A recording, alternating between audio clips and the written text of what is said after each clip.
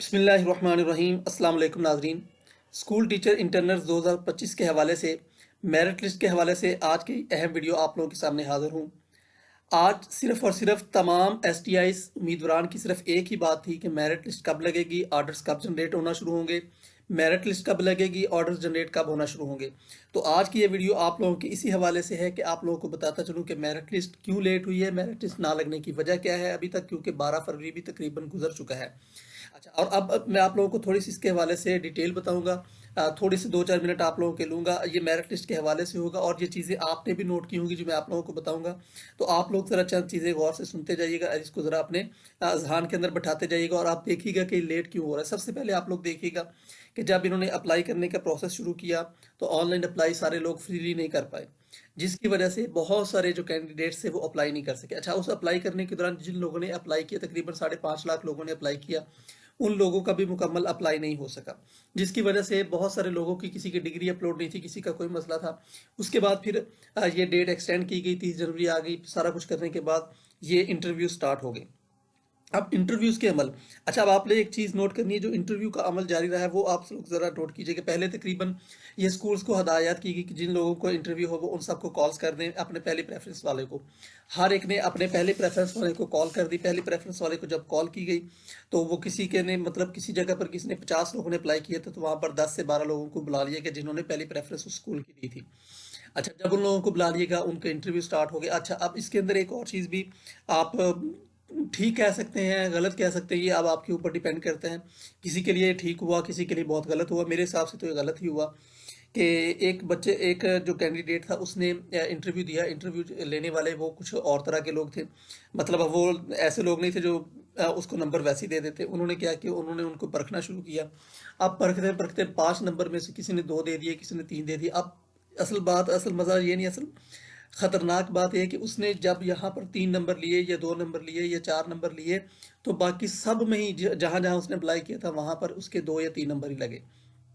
और एक दूसरा कैंडिडेट जिसने एक जगह पर 5 लिए, उसके हर जगह पर ही 5 है। अब इस तरह कुछ एमफिल वाले लोग, एक्सपीरियंस वाले लोग, उनके वहां पर किसी ने 3 दे दिए, किसी ने 4 दे दिए, और जो दूसरा कैंडिडेट जो एमफिल एमए वाला था उसको ज़्यादा नंबर मिल गए। तो इस तरह उसके सारी जगह पर ज़्यादा हो गए। तो ये वाले इंटरव्यू के अंदर बहुत हेरा फेरी हुई। अच्छा, अब इसके अंदर मैं आपको एक थोड़ी सी अंदर की बात बता दूं कि रात के वक्त जब स्कूल के अंदर ये मीटिंग चल रही थी तो हर स्कूल ने अपनी अपनी जो कमेटी थी वो बना ली थी, लेकिन उसके बाद अचानक से स्कूल एजुकेशन डिपार्टमेंट की तरफ से हदायत है कि आपने इंटरव्यू के अंदर ग्रेड 18 से कम, यानी जो एसएसटीज वगैरह हैं उसके अंदर ग्रेड 18 यानी जो हेल्थ की सीट है, इस तरह की सीट है, इसके अंदर ग्रेड 18 से कम आपने उसका कमेटी का कोई मेंबर नहीं हो सकता। फिर उन्होंने कमेटी के मेंबर्स ग्रेड 18 वाले बनाए, लेकिन फिर भी इसके बाद भी बहुत सारी जगहों पर ग्रेड 16 वालों ने ही उनके इंटरव्यूज कंडक्ट करवाए। तो ये आप लोग जरा नोट कर लीजिएगा, जिसके अभी नताइज आने हैं, जिसकी वजह से अभी तक ये वेरिफिकेशन का अमल जारी है। तो इस वजह से बहुत सारे लोगों ने अभी हाई कोर्ट में जाने के भी कुछ लोग बातें कर रहे हैं, क्योंकि ऐसा भी हुआ है कि लोगों ने और नंबर किसी के कम लगे हैं, किसी के ज़्यादा लगे हैं, जिसकी वजह से इतनी ज़्यादा एप्लीकेशंस उनके पास गई हैं कि कुछ तो अभी उन्होंने रिट्रेस किए हैं, लेकिन बहुत सारी एप्लीकेशंस अभी भी उनके पास मौजूद हैं, क्योंकि लोग बार बार जा रहे हैं। अब बार बार जाने का मतलब ये है कि किसी का एक सब्जेक्ट के अंदर नंबर बढ़े तो उसके 4 सब्जेक्ट्स के अंदर नंबर नहीं बढ़े। अब आ जाती है बात आपकी, ये तो इंटरव्यू मार्क्स के अंदर जो हेरा फेरी आप लोगों ने देखी होगी, कि ये आप लोगों ने भी नोट किया होगा कि कुछ जगहों पर इंटरव्यू के मार्क्स कैसे लगाएंगे, कुछ जगहों पर कैसे लगाए गए हैं। इसके अलावा जो जो सबसे जो खतरनाक चीज़ थी वो ये वाली थी, सब्जेक्ट प्रॉब्लम। अच्छा, सब्जेक्ट रेलिवेंस के हवाले से पहले तो उन्होंने ये उन्हीं हेड्स को कह दिया कि आपने सब्जेक्ट रेलिवेंट या इरेलीवेंट कर देने हैं। अच्छा, सब्जेक्ट रेलिवेंट और इरेलीवेंट करने के बाद अब दोबारा से जब ये तारीख गुजर गई तो फिर वेरिफिकेशन के अमल को दोबारा बढ़ाया गया, और दोबारा बढ़ाने के बाद फिर एक नया जो परफॉर्मा था वो ऐड किया गया, नया जो लिंक था वो ऐड किया गया, बटन्स ऐड किए गए, जो स्कूल्स के अंदर यानी जहाँ पर इंटरव्यू के मार्क्स लगाए जा रहे हैं, कि अब ये आपके स्कूल के हिसाब से, यानी जितने 50 बच्चों ने अगर अप्लाई किया तो आपके स्कूल के हिसाब से इस कैंडिडेट का जो सब्जेक्ट है वो मैच करता है कि नहीं करता। अब उसने कैसे मैच करना, सिर्फ उसकी डिग्री देखकर। अब जो स्कूल वाले थे उन्होंने उसकी डिग्री देखी ऑनलाइन पीडीएफ के में से, अगर तो फर्ज किया कि हेल्थ की सीट थी, हेल्थ की सीट के अंदर जो 3-4 डिग्री, जैसे बीएस न्यूट्रिशन, फूड साइंसेज आ गया, हेल्थ की जितनी भी डिग्री, फिजिकल थेरापी वगैरह, फिजियोथेरापी और इस तरह के जो नर्सिंग, ये सारी डिग्रीज को चेक किया, अगर तो उसकी डिग्री में थे तो वो स्कूल की पोस्ट के अंदर रेलिवेंट था, लेकिन वो दूसरे के पास इरेलीवेंट था। तो इस तरह वो रेलेवेंट और इरेलेवेंट के चक्कर में भी आ गया, और इसके अलावा और भी गलतियां हुई हैं। अब स्कूल्स के अंदर से गलतियां कि उन्होंने सब्जेक्ट के अंदर इरेलेवेंट कर दिया, इधर से रिकमेंड कर दिया, उधर से रेलेवेंट कर दिया, इधर से नॉट रिकमेंड कर दिया। तो इस तरह की गलतियां भी बहुत सारी स्कूल के एंड की तरफ से भी हुई हैं। तो जिस वजह से ये बहुत ज़्यादा प्रॉब्लम अभी भी फेस कर रहे हैं।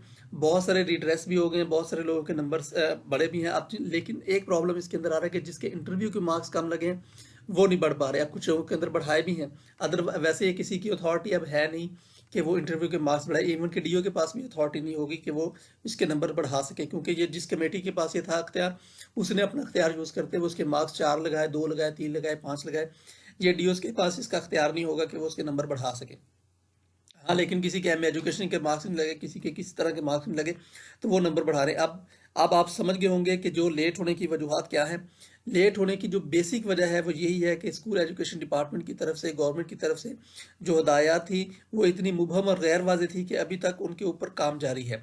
और ये जो मेरिट लिस्ट और ऑर्डर जनरेट होने की वजह है, ये वेरिफिकेशन का अमल अभी भी जारी है। कुछ डीओस के ने अपने ग्रुप्स के अंदर बताया कि अभी भी जो वेरिफिकेशन का अमल जारी है। वेरिफिकेशन जैसे ही होगी तो ये ऑर्डर आना शुरू हो जाएंगे, और ये होपफुली 15 फरवरी तक ये ऑर्डर्स तमाम आ जाएंगे। यानी फाइनल मेरिट लिस्ट लगने के साथ साथ 15 फरवरी तक ऑर्डर्स भी जनरेट होना शुरू हो जाएंगे।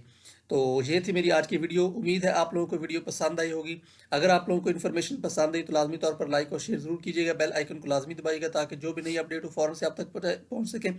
इसके अलावा कमेंट सेक्शन के अंदर आप मुझे ज़रूर बताइएगा कि आपके साथ कौन सी प्रॉब्लम हुई और आपने उसको कैसे हल किया, ताकि दूसरों तक भी ये इन्फॉर्मेशन पहुंच सके। अल्लाह हाफिज़।